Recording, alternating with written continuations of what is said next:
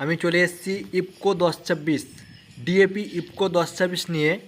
আপনারা দেখতে পাচ্ছেন ডিএপি ইফকো, এখানে দেখেছেন এটা হচ্ছে এনপিকে। এতে এনপিকে ভারত এনপিকে, এটা থেকে নাইট্রোজেন থাকে, ফসফরাস থাকে।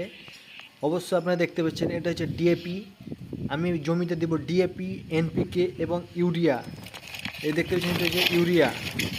ইউরিয়া অবশ্যই লাগবে। ইউরিয়া দিলে মাটিটা পচন ধরে এবং ধান গাছ আপনার কি বলবো এর হতে সাহায্য করে। ইউরিয়া এনপিকে, এতে নাইট্রোজেন আপনার অবশ্যই।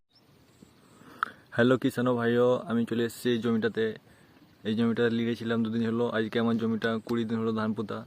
তো আমি যে দানা আমি দেবো, মাজিরা বীজ দেবো এবং আমি চাপান এখনও দিইনি, তাই আমি চাপান দেবো। অবশ্যই আপনারা যদি ধান 18 থেকে 20 দিন হয়ে যায়, পোতা 20 দিন হয়ে যায়, তো অবশ্যই চাপান দেওয়ার চেষ্টা করবেন। কেননা এখনই যে পাশকাঠিগুলো আছে, আপনি এখন যদি দেন দানা, তো অবশ্যই পাশকাঠিগুলো বাড়বে। এই পাশকাঠিতেই কাজ হবে, শীষবার হবে। তো আমি চলে এসেছি, এই যে দানা নিয়েছি, আমি নিয়েছি এখানে আছে ডিএপি আছে, আর আপনার আছে ইফকো, আর ইউরিয়া আছে।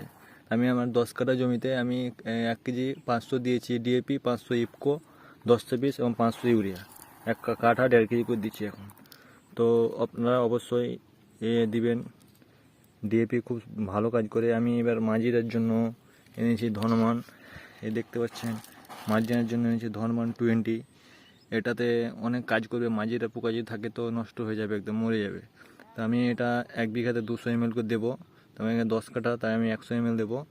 তো অবশ্যই আপনারা দেখবেন, মাঝিরা মেন হচ্ছে মাঝিরা। জমিতে যদি মাঝিরা পোকা লেগে যায় তো অবশ্যই ছাড়া যাবে না। মাঝিরাতে একদম যে সিস্টেম মরে যাবে। মাঝিরা লেগে ছাড়া যাবে না। তো অবশ্যই আপনারা মাঝিরা পোকার জন্য অবশ্যই বিষ স্প্রে না করে ধনমানটা অনেক ভালো কাজ করে, আপনারা দিতে পারেন। তো আমি বিষটা নিয়ে নিলাম 100 ml, আমি ঢেলে দিলাম। আমি এবারে আমি পাইল করে দেবো জোড়ার সঙ্গে।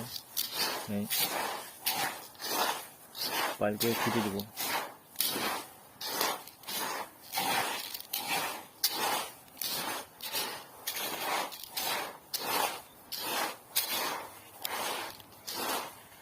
পাইল করা হয়ে গেলে আমি এবার ছিটাবো।